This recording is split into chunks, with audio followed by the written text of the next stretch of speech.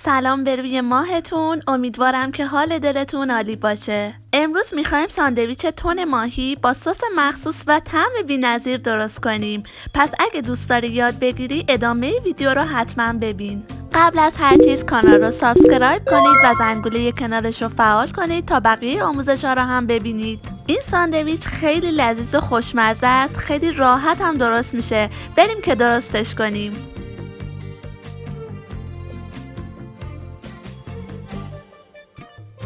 اول از همه سس رو حاضر میکنیم. توی یک ظرف سس مایونز میریزیم.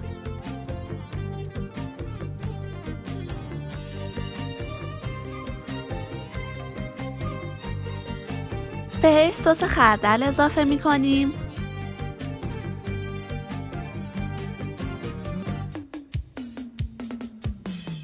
سس کچاپ میریزیم.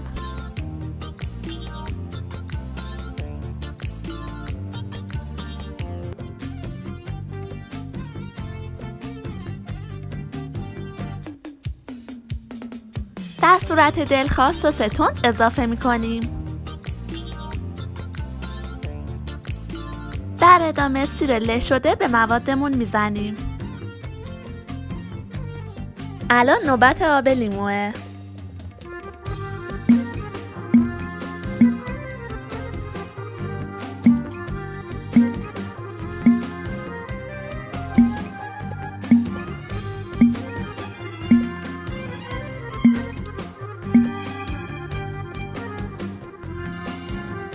در آخر کار هم فلفل سیاه به سسمون اضافه میکنیم.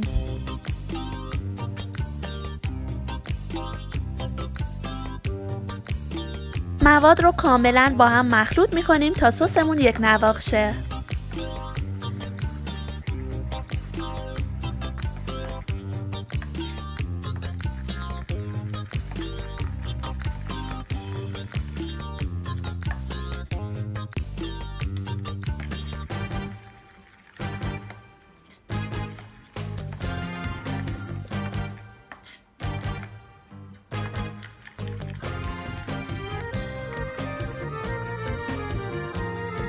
به این حالت که رسید سسمون حاضره.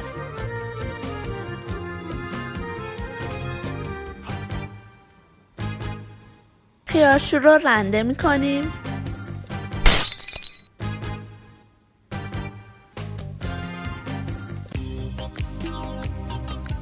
در ظرف مورد نظرمون میریزیم.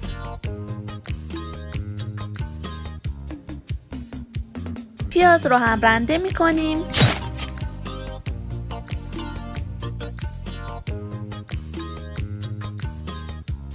و سپس به خیارشور اضافه میکنیم.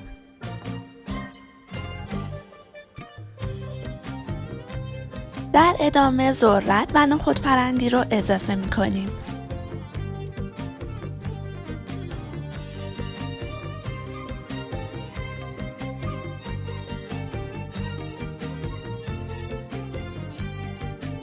در نهایت جعفری ساتوری شده به موادمون اضافه میکنیم. سس رو روی موادمون میریزیم و کاملا مخلوط میکنیم.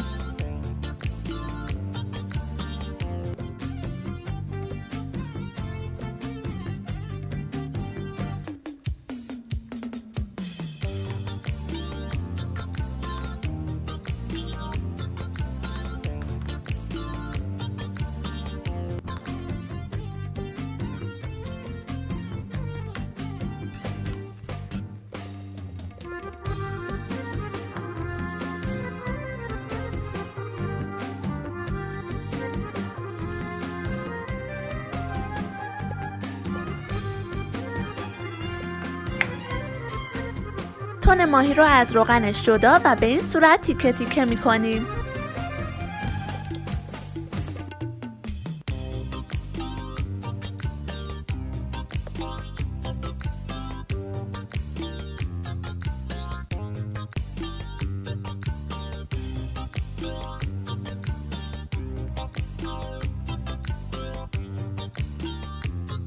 یه نون لواش برمیداریم.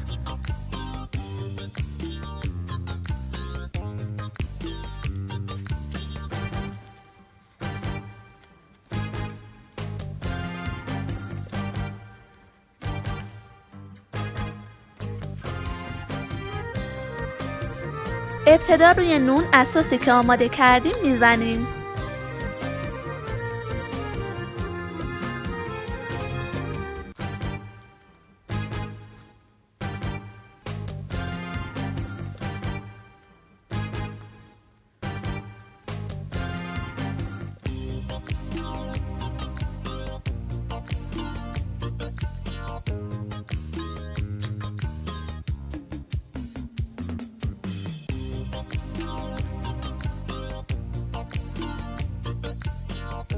لایه بعدی تن ماهی قرار میدیم.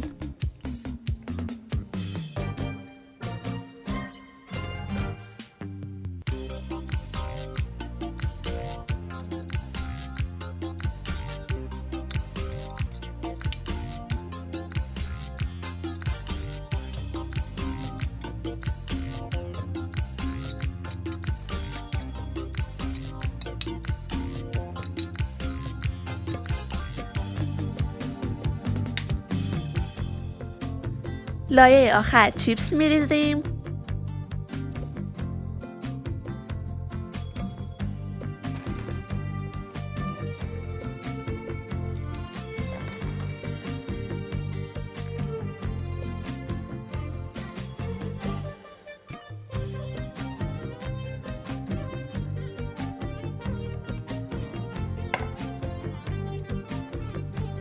و نون رو به این صورت که میبینید رول میکنیم.